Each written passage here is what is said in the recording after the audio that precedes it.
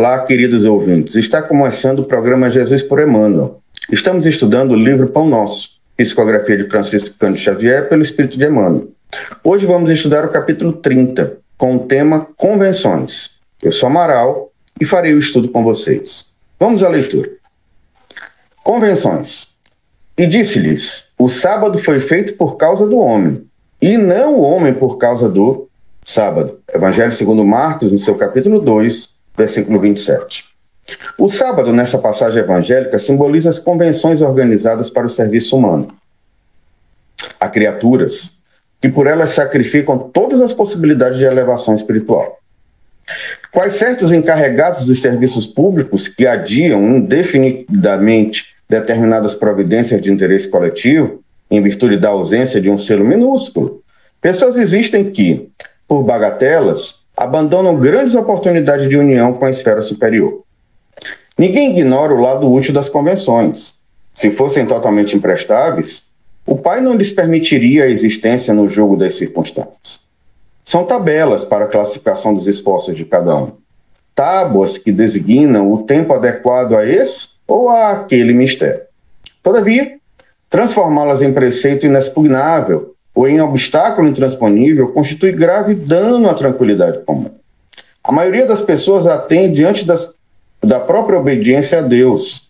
Entretanto, o Altíssimo dispôs todas as organizações da vida para que ajudem a evolução e o aprimoramento dos filhos. O próprio planeta foi edificado por causa do homem. Se o Criador foi a esse extremo de solicitude em favor das criaturas, por que deixarmos de satisfazer os divinos desígnios, prendendo-nos às preocupações inferiores da atividade terrestre? As convenções definem, catalogam, especificam e enumeram, mas não devem tiranizar a existência. Lembra-te de que foram dispostas no caminho a fim de te servirem. Respeita-as na feição justa e construtiva. Contudo, não as convertas em cárcere. Emmanuel. Meus irmãos, esse belíssimo texto se inicia falando a respeito do Evangelho segundo Marcos, no seu capítulo 2. O Evangelho segundo Marcos, no capítulo 2, é um evangelho razoavelmente longo, em que, grosso modo, nós temos inter-relações de diálogos ou de análise de circunstâncias da presença de Jesus com os fariseus e os doutores da lei. Esse capítulo do Evangelho, ele se inicia na cidade de Cafarnaum, e o primeiro ponto que chama mais a atenção é quando os irmãos da região, muito ansiosos por pedirem o auxílio do Cristo Jesus para um paralítico que estava em uma maca, eles acabam por destelhar a casa em que Jesus se encontrava e descem a maca pelo telhado para que Jesus providenciasse a cura deste paralítico. Logo depois, em uma breve passagem, nós temos a acolhida de um dos apóstolos, Levi, que é filho de Alfeu, e, na verdade, durante todo este processo, representa uma série de diálogos em relação às convenções que haviam sendo respeitadas pelos religiosos da época, no caso, os judeus, e em especial os fariseus. A passagem que chega neste versículo 27 é que no sábado, obviamente, né, que é o sábado, que era o dia escolhido para que apenas se contemplasse a Deus e o louvasse, nada era permitido de ser realizado na então sociedade. Os discípulos do Mestre Jesus, passando pelas searas, eles houveram de colher algumas espigas pelo caminho. Os fariseus, vendo aquilo, fazem a seguinte pergunta: por que fazem no sábado o que não é lícito?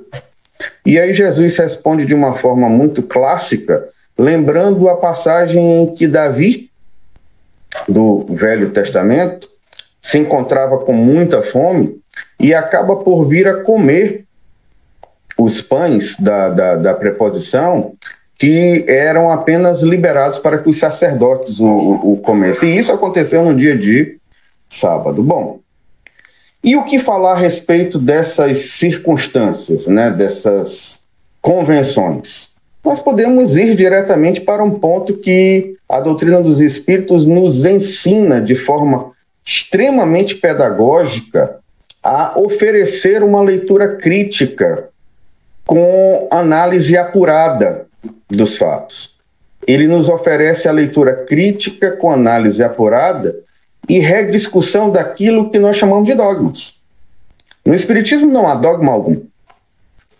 É clássica uma das passagens de Allan Kardec em que ele coloca que se de alguma forma a evolução da ciência trouxer novos conhecimentos, e conhecimentos esses que são diferentes daqueles que são trazidos pela doutrina dos Espíritos, ele deixa muito claro que não há problema algum em o Espiritismo se remodelar essa nova realidade, desde que se prove verdadeira, e possa então fazer a releitura a partir dessas novas perspectivas. Então, na verdade, quando se comenta a respeito de alguém que busque, de alguma forma, ser adepto do estudo da doutrina dos Espíritos e de sua realização, a gente sabe que é necessário que haja um coração aberto, uma mente aberta, para que sempre que houver a necessidade de nós remodelarmos os nossos entendimentos, a gente realize isso de forma serena e tranquila. Porque, na verdade, não há nenhum tipo de dogma, não há nenhuma verdade que não possa ser trabalhada se essa verdade não se provar efetivamente comprovável. Né? É preciso o uso do método científico para que a gente ofereça real veracidade para as afirmações que são colocadas. E é justamente esse método científico que consubstancia tanto o Evangelho do Cristo Jesus, segundo a pedagogia que nos é trazida pelo ensinamento da doutrina dos Espíritos. Então, nesse contexto, tudo aquilo que, de alguma forma, nos gerar cerceamento de entendimento, através de dogmas que nos são transmitidos geração após geração, sem que a gente os analise de uma forma profunda, verdadeira, e passando pelo crivo do entendimento de o que o Mestre Jesus faria nessa circunstância, qual seria a perspectiva do Mestre Jesus em relação a tal feito ou a tal preceito. Isso daí nos facilita bastante o entendimento de que nem tudo aquilo que nos é passado é para que a gente simplesmente escute e repita. Na época da faculdade, nós utilizávamos uma terminologia um tanto quanto pejorativa chamada orelhado, que dizia respeito àquele aluno que, ao invés de buscar estudar e ter o seu próprio aprendizado, ele simplesmente ouvia o que lhe era falado e repetia, sem nenhum tipo de análise ou crivo para saber se aquilo é verdade. Então, quando alguém nos comenta a respeito de algum padrão de dogma que vai de encontro frontal contra o entendimento daquilo que o Mestre Jesus nos passa em seu Evangelho e usa aspectos de ordem religiosas para que a gente não discuta essas verdades que são forjadas por interesses outros, é preciso que nós utilizemos, e nós já temos bastante conhecimento para isso, o livre-arbítrio, que apenas as consciências que são trabalhadas pelo estudo de obras sensatas, pelo estudo de obras dignas, pelo estudo de obras que encontrem respaldo efetivo no Evangelho do Cristo Jesus em todas as suas proposições, nos oferecem para que nós possamos, então, analisar individualmente e oferecer a nossa perspectiva, o nosso juízo de valor. Sempre sabendo, como diz Herculano Pires, que entre encarnados não há professores de espiritismo, não há mestres de espiritismo. Portanto, na verdade, é um entendimento pessoal, é uma perspectiva pessoal, que precisa estar cada vez que passa mais fundamentada no nosso estudo. O espírita, e na verdade todo aquele que busca de alguma forma seguir o Evangelho do Cristo Jesus e ser trabalhador de sua seara, ele precisa ter a vontade de assim o fazer, sem dúvida alguma, mas ele precisa se capacitar também. Esse processo de capacitação passa necessariamente pelo estudo. É muito importante para que nós possamos ser verdadeiros seguidores do Cristo Jesus, que nós aprofundemos os nossos estudos e que nós nunca paremos de estudar, compreendendo que as circunstâncias da vida são um ambiente mais propício para que nós, exatamente como se estivéssemos em uma escola, com um livro em mãos estudando o assunto, nós estivéssemos aqui para realizar as nossas atividades complementares. O Evangelho do Cristo Jesus, meus irmãos, é para ser estudado, é para ser compreendido, é para ser debatido, sem dúvida alguma, mas, acima de tudo, é para ser realizado. E nós só podemos realizar o Evangelho do Cristo Jesus se nós tivermos verdadeiro conhecimento a respeito dele. E o Evangelho do Cristo Jesus solicita, em primeiro e máximo momento, que nós coloquemos o amor enquanto essência deste Evangelho e a própria essência de Deus, segundo a 1 João capítulo 4, versículo 8, e nesse contexto, se somos todos irmãos em Cristo e filhos desse Deus, é porque esta essência de amor também é a essência de cada um de nós enquanto espíritos, criados pelo Pai, de que a realização do Evangelho é a única finalidade prática de nosso conhecimento. Não há mérito maior do que conhecermos o Evangelho para realizá-lo. E não simplesmente conhecê-lo para nós estarmos falando, muitas vezes da boca para fora. Seja através de proferir palestras, seja através de proferir estudos, mas que nós não realizemos. Meus irmãos, de forma alguma nos cabe oferecer aos irmãos apenas o conhecimento da letra. Nos cabe informar a respeito do conhecimento, mas nos cabe, acima de tudo, sermos seguidores daquilo que aquele conhecimento nos traz.